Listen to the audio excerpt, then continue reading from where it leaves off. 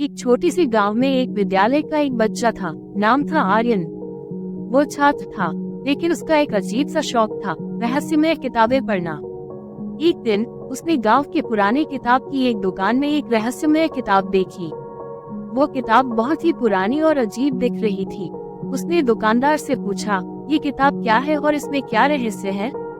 दुकानदार ने कहा, ये किताब एक पुराने राजा के समय की है और इसमें एक अजीब सी कहानी छिपी है, जिसमें एक खोज है जो गुम हो गई है।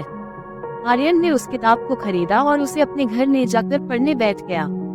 वो रातों भर उस किताब के पन्नों में खोया रहता और उसे समझने का प्रयास करता था। किताब में एक पुराने महल की तस्वीर थी और कहानी के अनुसार वहाँ एक गोपनीय रहस्य छिपा हुआ था। आर्यन को इस रहस्य को सुलझाने का उत्साह हो गया। आर्यन ने अपने दोस्तों को बुलाया और साथ मिलकर उस महल की तलाश में निकला। वे नकली मैप्स और संकेतों का पता लगाने के लिए पुराने पुस्तकालय और स्थानीय इतिहासकारों की सहायता लेते रहे। धीरे धीरे उन्होंने रहस्यमय महल का पता लगाया और एक पुरानी दरबारी पुस्तकालय में एक खोजी गायब गोपनीय कमरा खोजा।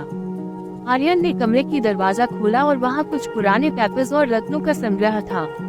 उसने वे पेपर्स पढ़े और एक रहस्यमय सिपाही की कहानी खुली। कहानी बताती थी कि यह सिपाही गांव के लोगों की सुरक्षा करने के लिए राजा द्वारा चुना गया था और उसे एक गोपनीय मिशन पर भेजा गया था। उसने अपने प्राणों की बाजी लगाकर गांव को बचाया था, लेकिन वो अपनी सफलता की कहानी सबसे बचाने के बाद लौटे नहीं थे।